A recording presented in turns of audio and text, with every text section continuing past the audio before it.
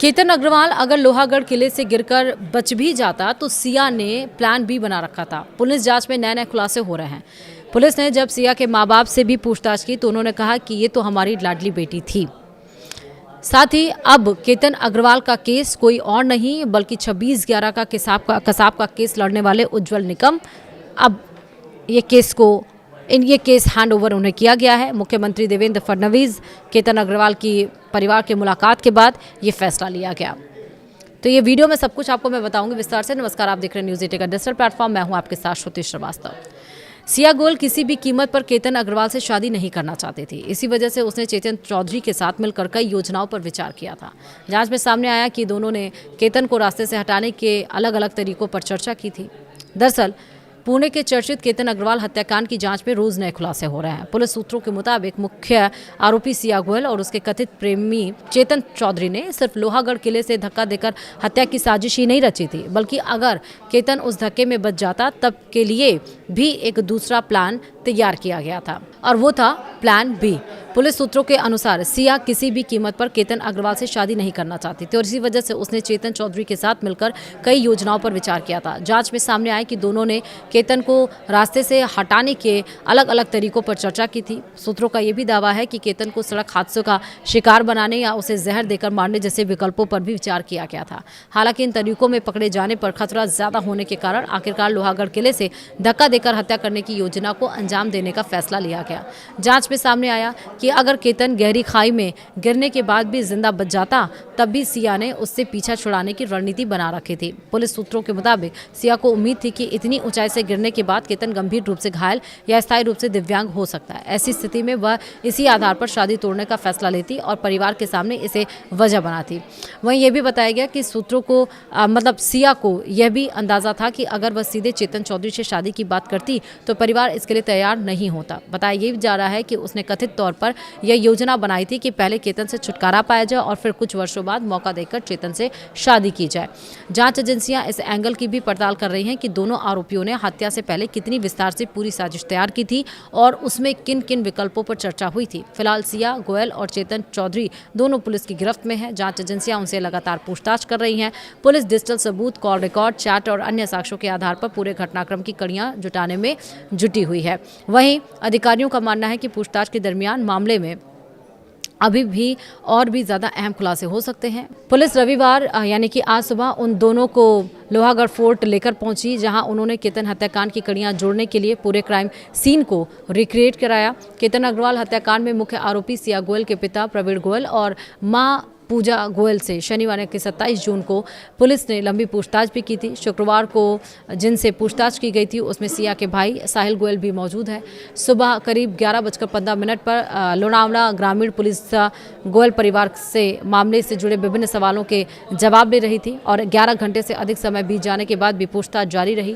Police ने सिया गोयल के माता से कई प्रमुख सवाल पूछे। पुलिस ने पूछा कि क्या आपको पता था कि सिया और चेतन दोस्त थे और उनके बीच प्रेम संबंध थे। इस पर उन्होंने कहा, हमें इस बारे में कोई जानकारी नहीं थी। सिया ने कभी चेतन के बारे में हमें कुछ नहीं बताया, इसलिए हमें यह भी नहीं पता था कि दोनों के बीच प्रेम संबंध थे या फिर नहीं। वहीं पुलिस ने पूछा कि क्या सिया ने कभी चेतन से शादी करने की जिद की थी।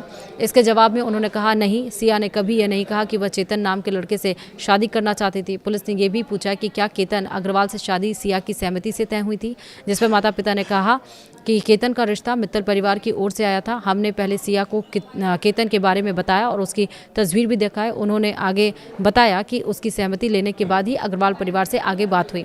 अंतिम निर्णय लेने से पहले भी हमने उससे पूछा था कि क्या उसे केतन पसंद है। उसके हाँ कहने के बाद ही शादी तय हुई और सगाई भी हुई। पुलिस ने आगे सवाल में कहा कि क्या सिया को केतन का स्वभाव पसंद था। इस पर उन्होंने कहा कि शादी तय होने के बाद दोनों के बीच बातचीत होती थी। सगाई के बाद भी वे कई बार मिले, घूमने भी गए। केतन कई बार हमारे घर भी आए, लेकिन सिया ने कभी उनके स्वभाव को लेकर कोई शिकायत नहीं की। पुलिस ने पूछताछ किया कि क्या सिया पर केतन से शादी करने का दबाव डाला जा रहा था, तो माता पिता ने कहा, नहीं, सिया ने कभी नहीं कहा कि वह मजबूरी में शादी कर रही है। वह हमारी लाडली बेटी है और हमने उस पर किसी तरह का दबाव नहीं डाला।